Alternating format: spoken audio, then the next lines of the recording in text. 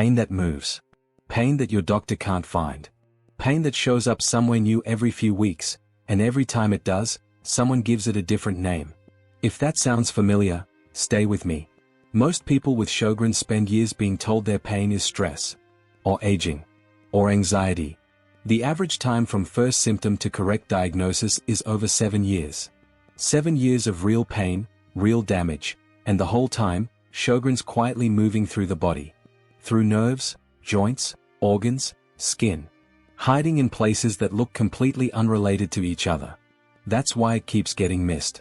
I'm going to walk you through 12 of those hiding places, symptom by symptom, with real patient stories, real data, and the exact questions to ask your doctor before your next appointment.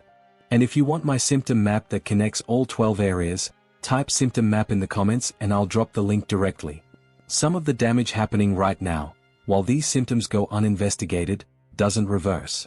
The window to act is earlier than most people realize. 12 places. 1 pattern. Let's go. Number 1. Your hands. You wake up in the morning and your fingers won't close properly. They're stiff. Swollen. It takes 20 minutes before you can make a fist, and even then it doesn't feel right. You've been told it's sleeping in a bad position. Early arthritis. Getting older. Maybe you need to stretch more. And so you stretch. And it keeps coming back. Here's what's actually happening. In Sjogren's, the immune system doesn't just attack moisture-producing glands, it triggers systemic inflammation throughout the body. That inflammation targets joints. And the small joints of the hands are among the first to show it, because they are small, numerous, and constantly in use. The pattern that matters: worst in the morning, easing slightly through the day, returning by evening. That's not mechanical stiffness. That's inflammatory stiffness. And the difference between those two things determines the entire treatment approach. Left without proper management, inflammatory joint involvement in the hands can progress from stiffness to structural damage. Not discomfort. Damage. The kind that changes how your hands work permanently. Say this to your doctor: I have inflammatory pattern joint stiffness in my hands, worst in the morning, improving through the day. In the context of my Sjogren's diagnosis, I want synovitis formally assessed. Has imaging of my hand joints been considered? Synovitis is active inflammation inside the joint capsule. It shows on ultrasound or MRI. It changes the treatment conversation. If your doctor hasn't looked for it, push for that assessment. If you've had 3 or more episodes of morning hand stiffness in the last 6 months, that's not random. That's a pattern worth investigating. Type hands in the comments. And if you've been told it's just arthritis or aging, add dismissed. Number 2. Your feet. Not just sore feet. Burning on the soles. A sensation like walking on hot sand, or on broken glass, or on something that shifts under your weight in a way that doesn't make sense. You've tried new shoes. A podiatrist. You've been told it's plantar fasciitis. Poor circulation. You're on your feet too much. But here's the stack of wrong diagnoses this one collects: plantar fasciitis, peripheral vascular disease, diabetic neuropathy, even in people without diabetes, and restless leg syndrome when it worsens at night. None of them explain why the burning is bilateral. Why it's worse at rest. Why it doesn't respond to the treatments those conditions normally respond to. What's actually happening is nerve involvement. Small fiber neuropathy, damage to the smallest nerve fibers in the body, is significantly more prevalent in Sjogren's patients than in the general population. The feet contain the longest, smallest nerve fibers in the peripheral nervous system. They are the first to show damage when the immune system begins disrupting nerve function. This is the critical point. Standard nerve conduction studies miss small fiber neuropathy almost entirely. They measure large fiber function. Small fiber damage requires a different test, and most patients never get it. And once small fiber nerves are damaged, they don't regenerate the way large fibers do. The window for intervention matters. Say this to your doctor: I have bilateral burning foot pain that worsens at rest and doesn't respond to mechanical treatments. I want small fiber neuropathy investigated. Has a skin punch biopsy been considered, specifically to measure intraepidermal nerve fiber density? I understand standard nerve conduction studies don't capture small fiber involvement. Then ask for a neurology referral if your current doctor isn't familiar with this test. You're not being difficult. You're being specific. There's a difference. If your foot burning is worse at night and better when you're moving, that pattern almost never comes from a structural foot problem. It comes from nerves. Type burning feet in the comments. You are not the only one dealing with this. Number 3. Your jaw and face. An aching jaw. Facial pain that shifts location. A dull throb near the ears. Sometimes a tight pressurized feeling across the cheeks that doesn't respond to anything. You've been to the dentist. Your x-rays are clear. You've been given a night guard. The pain continued. The misdiagnosis stack for this one is long. TMJ disorder, sinus infection, dental abscess, tension headache, trigeminal neuralgia, sometimes all in the same patient, from different practitioners, across different years. Here's what's actually happening. Reduced saliva in Sjogren's changes the mechanical environment of the mouth and jaw, creating sustained muscle tension. Inflammation affects the temporomandibular joint directly. And perhaps most importantly, Sjogren's can involve the trigeminal nerve, the largest cranial nerve, which supplies sensation to the entire face. When that nerve is affected, it produces facial pain that mimics almost every other facial condition almost perfectly. This is why it gets missed for so long. Not because doctors aren't looking. Because they are looking at the wrong thing. Untreated nerve involvement in the face can progress from intermittent pain to chronic baseline pain. Some patients describe the point at which it became constant. That transition point is preventable, if the nerve involvement is identified and treated before it becomes permanent. Say this to your doctor: my facial and jaw pain hasn't responded to dental or TMJ treatment. Given my Sjogren's diagnosis, I want trigeminal nerve involvement formally considered. Has a referral to a neurologist been discussed? I'd also like to know whether my current anti-inflammatory management covers cranial nerve involvement. If you're on hydroxychloroquine, ask specifically whether dosage has been reviewed in the context of your neurological symptoms. If your facial pain moves, jaw 1 week, cheek the next, near the ear the week after, that migration pattern is a signal. Fixed pain stays fixed. Nerve-involved pain moves. Type JAW in the comments. This one gets dismissed more than almost any other on this list. Number 4. Your eyes. Not just dryness. Pain. A gritty, scratching, burning sensation that worsens in air conditioning, in wind, in front of a screen. Some people describe it as feeling like something is permanently lodged in the eye, something that cannot be removed regardless of how many times they flush it. You've been told to use drops. Everyone gets dry eyes. It's very common. Carry drops with you. The misdiagnosis pattern here is almost universal. Environmental dry eye, blepharitis, conjunctivitis, and screen fatigue, cycling through repeatedly while the underlying cause continues unchecked. In Sjogren's, this isn't environmental dryness. The lacrimal glands, which produce the aqueous layer of the tear film, are under direct immune attack. The gland tissue is being progressively destroyed. And once lacrimal gland function is lost, it doesn't come back. That's the detail that changes everything. This is not a comfort issue that drops will manage. This is progressive structural loss, and it needs to be treated as such before the window for intervention closes. The photosensitivity that often accompanies this, light that feels painful rather than just bright, is the same inflammatory and nerve involvement expressing itself in the visual system. It's not a separate problem. It's the same one. Say this to your doctor: I need a referral to a corneal specialist or a dedicated dry eye clinic, not a general ophthalmologist. I want Schumann's test results and corneal staining scores documented so we can track progression. I also want to discuss prescription anti-inflammatory eye drops, cyclosporine or lifitegrast, which treat the inflammatory component rather than just lubricating the surface.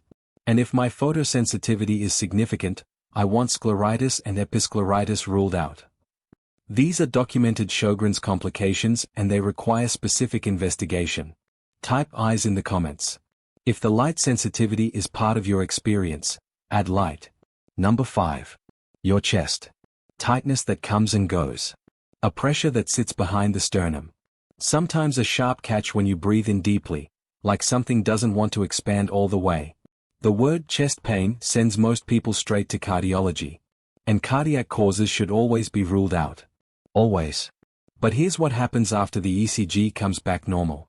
After the echocardiogram shows nothing significant. After the cardiologist discharges you with no diagnosis. You go home with the same chest pain and no explanation. And the next time it happens, you wonder whether to go back. The misdiagnosis stack for Sjogren's chest pain: anxiety disorder, GERD, musculoskeletal strain, panic attacks, and in some cases, hypochondria. Written in notes. Affecting how future symptoms get received. What's actually happening? Sjogren's can cause pleuritis, inflammation of the lining of the lungs, and pericarditis, inflammation of the lining of the heart. Both produce chest pain. Neither shows on a standard ECG. Costochondritis, inflammation of the cartilage where the ribs meet the sternum, is also significantly more common in autoimmune disease and produces pain that is genuinely alarming in its intensity. These are not anxiety symptoms wearing a physical costume. They are physical conditions being misread as anxiety because the underlying autoimmune cause hasn't been identified. Left untreated, pulmonary involvement in Sjogren's can progress to interstitial lung disease, fibrosis of the lung tissue that is not reversible. That progression is slow, and often silent until function is already significantly compromised. Say this to your doctor: my cardiac workup has been clear, but I'm still having chest symptoms. In the context of my Sjogren's, I want pleuritis and pericarditis formally considered. Has a pulmonary function test been done? I'd also like to discuss whether an HRCT of the chest is appropriate to assess for early interstitial lung disease. Interstitial lung disease is a documented Sjogren's complication. Early detection changes outcomes. Push for the imaging before symptoms progress. Type chest in the comments. If every test came back clear while the pain continued, add nothing found. Number 6. Your lower back. Deep aching. Sometimes sharp. Worse after sitting. Worse after lying down. The kind of pain that makes you shift position constantly because no position is actually comfortable. You've been told it's posture. Core weakness. A herniated disc. You've had physiotherapy. You've had scans that showed age-appropriate degeneration. You've been told to manage it. Lower back pain is so common that it becomes nearly impossible to investigate seriously. It's the most dismissed pain location in medicine, which makes it one of the most dangerous hiding places for Sjogren's involvement. The misdiagnosis stack: mechanical back pain, lumbar disc disease, sacroiliac joint dysfunction, and, critically, kidney stones or UTI, which share some of the same referred pain patterns. What's actually happening? The inflammation that Sjogren's generates doesn't spare the spine. The facet joints, the intervertebral discs, the ligaments of the lower back, all sit in a pro-inflammatory environment when the immune system is chronically overactive. But there's a second mechanism that almost nobody explains. Sjogren's can affect kidney function, causing a condition called renal tubular acidosis, where the kidneys fail to properly regulate acid in the blood. This can demineralize bone, weaken the spine, and cause deep lower back pain that has nothing to do with the spine itself. 2 mechanisms. 1 location. And most patients are only ever assessed for one of them. Say this to your doctor: I want 2 things assessed. First, has my lumbar imaging specifically looked for inflammatory changes, not just degenerative ones? They look different on MRI and require different management. Second, given my Sjogren's, has my kidney function been checked recently, specifically urine pH, serum potassium, and bicarbonate levels for renal tubular acidosis? Because that condition can present as back pain and is both underdiagnosed and treatable.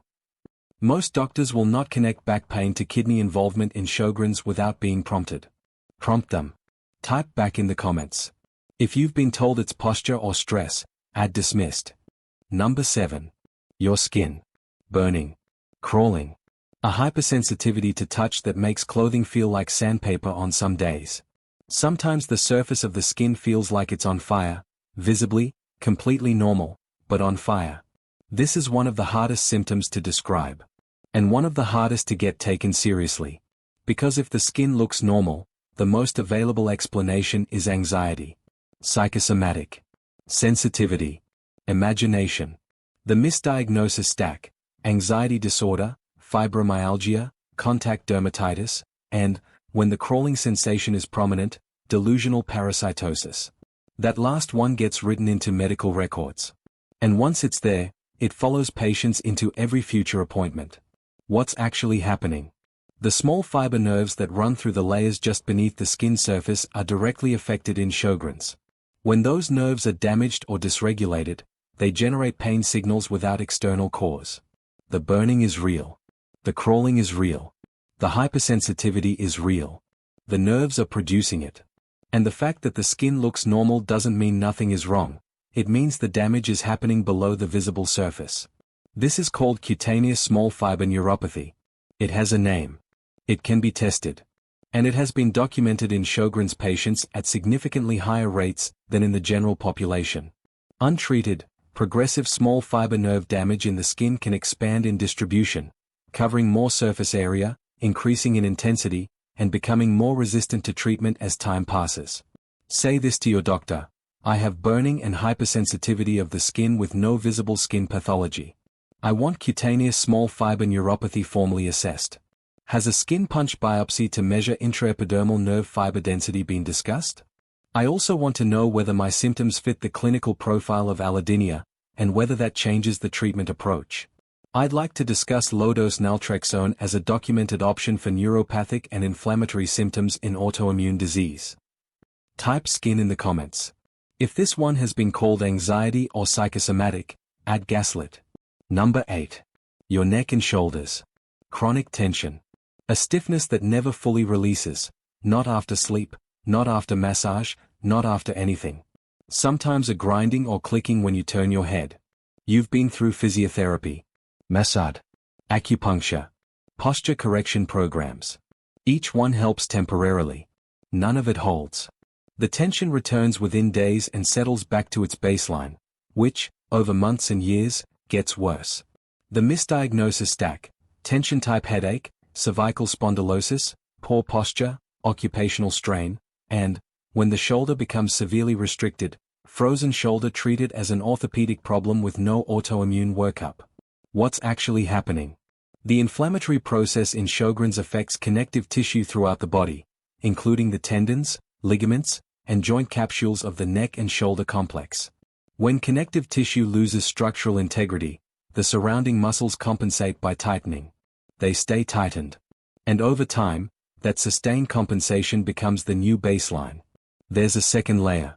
Chronic immune activation keeps the nervous system in a persistent low-grade threat state. That state has a physical expression: sustained muscle tension, particularly in the neck and shoulders, which are the most tension-sensitive region of the body. The nervous system and the inflammatory process reinforce each other. This is why physiotherapy helps but never resolves it. It addresses the muscle without addressing the driver. Untreated, frozen shoulder, adhesive capsulitis, which occurs at elevated rates in autoimmune disease, can progress to near-complete loss of range of motion. Recovery from that stage requires months of intensive treatment. Identifying it earlier changes the trajectory significantly. Say this to your doctor: my neck and shoulder tension hasn't resolved with physiotherapy and keeps returning to baseline. I want frozen shoulder formally assessed. Has my shoulder range of motion been measured and documented?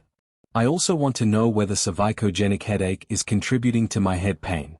And I'd like my rheumatologist to assess whether the tendon and connective tissue involvement I'm experiencing indicates a need to review my systemic anti-inflammatory management. Type neck in the comments. If physio helped temporarily but never held, you're not imagining that. The driver was never the muscle. Number 9. Your nerves. Stop. Before we go further, this next one is different. Everything I've described until now, the stiffness, the burning, the pressure, the tension, those are places the pain shows up. This is the reason it keeps showing up everywhere. This is the mechanism behind the pattern. And this is the one that, left untreated, becomes permanent. The pain doesn't stay in one place. It moves. Electric. Shooting. Buzzing. A sensation that travels down a limb and disappears.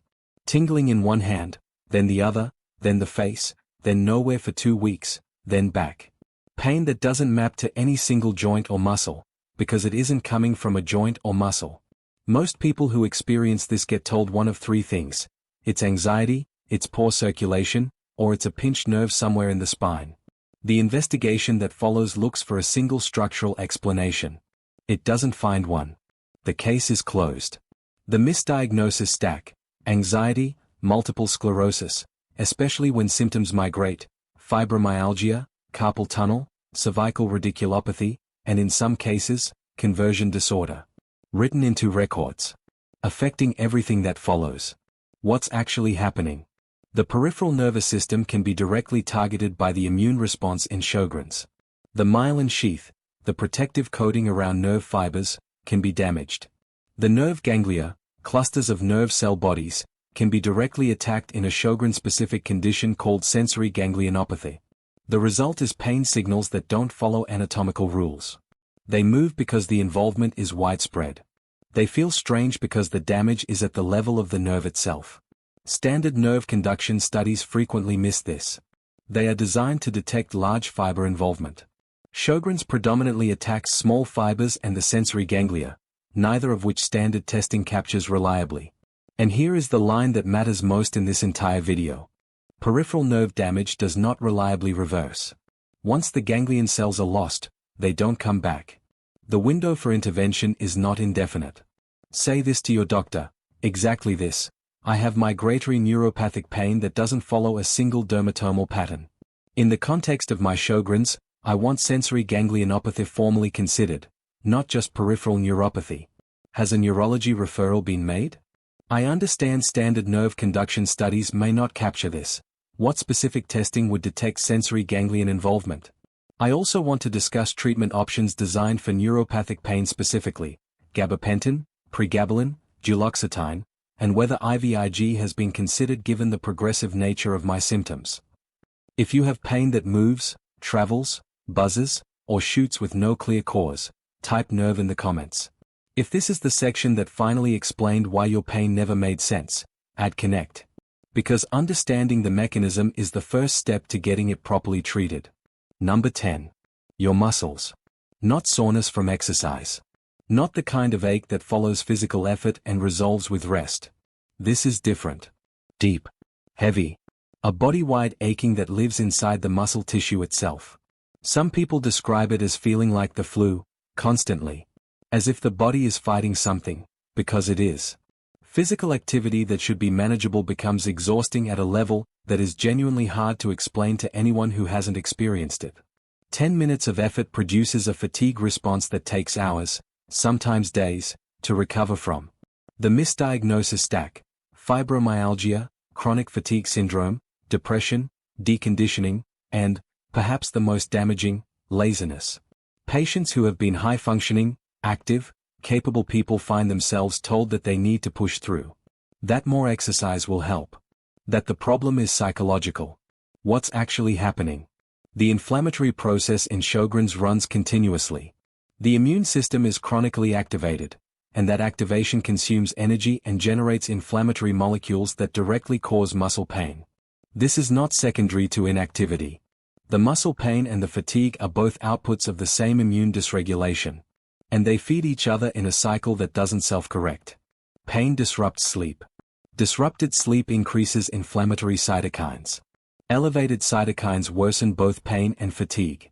And pushing through, the advice most patients receive, accelerates the deterioration.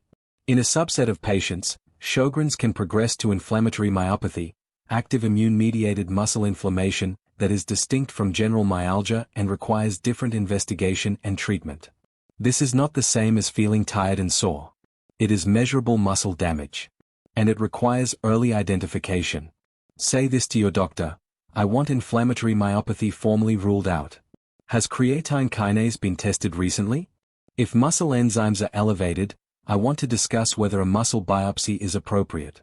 I also want my vitamin D level checked and optimized. Deficiency is extremely common in autoimmune disease and directly worsens both muscle pain and fatigue.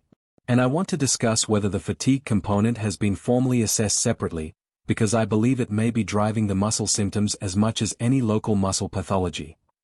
Type muscle in the comments. If the fatigue is as bad as the pain, add exhausted. I want to see how many people are carrying both simultaneously. Number 11. Your abdomen. Cramping. Bloating. A discomfort that shifts location. Sometimes nausea. Sometimes a burning sensation in the upper stomach that no antacid fully resolves. You've been told it's IBS. You've been given dietary advice. You've modified your diet multiple times with partial results and no consistent improvement.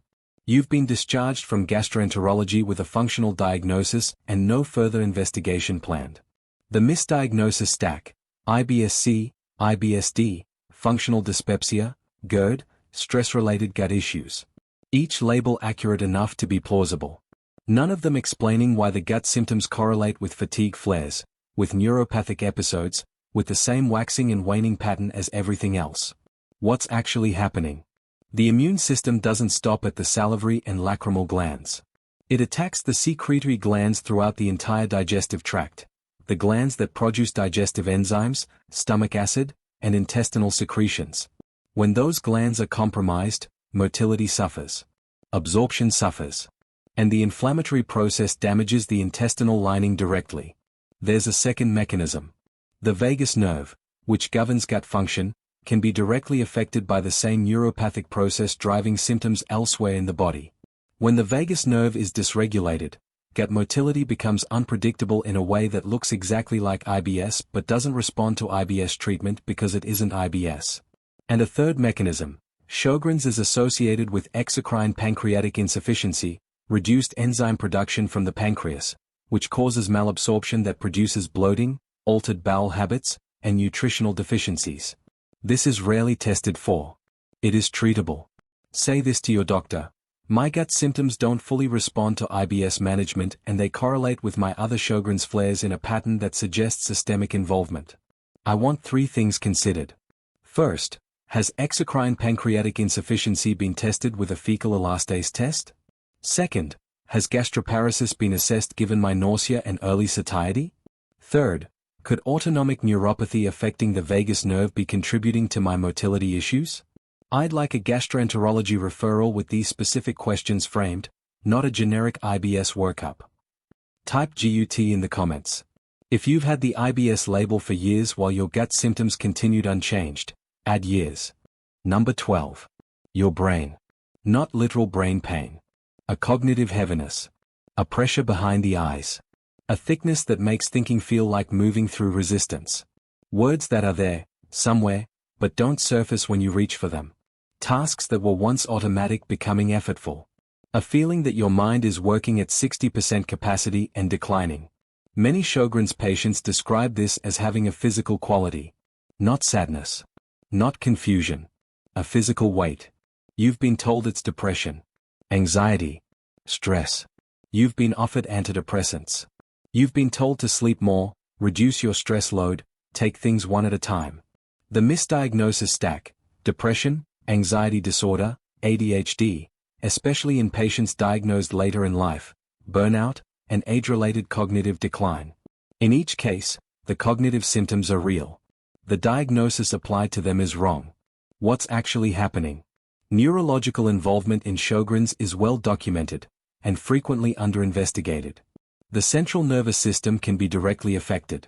Inflammatory cytokines cross the blood-brain barrier. Reduced cerebral blood flow has been documented in Sjogren's patients. Direct immune cell infiltration of neural tissue occurs in a subset of patients. The result is cognitive symptoms that feel physical, because they are physical. They originate in measurable neurological changes, not psychological state. And this is the one that carries the longest-term stakes. Cognitive function lost to progressive neuroinflammation is the hardest to recover. Some of it doesn't recover. The research on CNS involvement in Sjogren's is still developing, which means it's also still being undertreated. Patients are sitting in that gap. There is also a cancer risk that belongs in this conversation. Sjogren's carries an elevated risk of non-Hodgkin lymphoma, significantly higher than in the general population, and neurological symptoms, particularly when combined with systemic involvement, are among the features that warrant active monitoring. This is not meant to alarm you. It is meant to make sure you are being monitored. Because surveillance changes outcomes. Say this to your doctor: I'm experiencing cognitive symptoms with a physical quality, not depression, not anxiety. In the context of my Sjogren's, I want CNS involvement formally assessed. Has neuroimaging been done, specifically an MRI with contrast to look for white matter changes or areas of reduced perfusion? I'd also like a neuropsychological assessment to document my baseline cognitive function so changes can be tracked over time. And given the elevated lymphoma risk in Sjogren's, I want to confirm that appropriate surveillance is in place and that my neurological symptoms have been factored into that monitoring. Type FOG in the comments. If someone told you this was just anxiety or depression, I'd gaslit. That experience belongs on the record. Here's what I want you to do right now. Don't just think about which of these 12 areas resonates. Think about how many of them do. Because that number matters. If you've had 3 or more of these in the last 6 months, that's not coincidence. That's a pattern.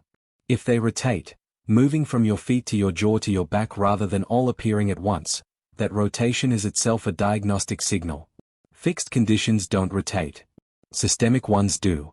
If they reliably worsen at night, or during stress, or during what you've been calling flares, write that down. That correlation changes the clinical picture and it's information your doctor needs. Your pain isn't random. It isn't 12 separate problems.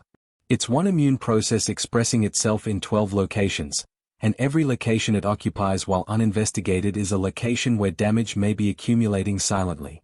I put together a symptom map that lays all of this out, which areas connect, which patterns predict which complications, and how to present this to a doctor in a way that gets taken seriously rather than dismissed. Type symptom map in the comments and I'll send it to you directly. Now scroll back through the comments for a moment. Look at what's down there. Hands, nerve, fog, back, skin, chest, gaslit, dismissed, years, connect. That's not a random list. That's a map of one illness, showing up differently in every person watching this video, and being missed, mislabeled, and mismanaged in almost every case.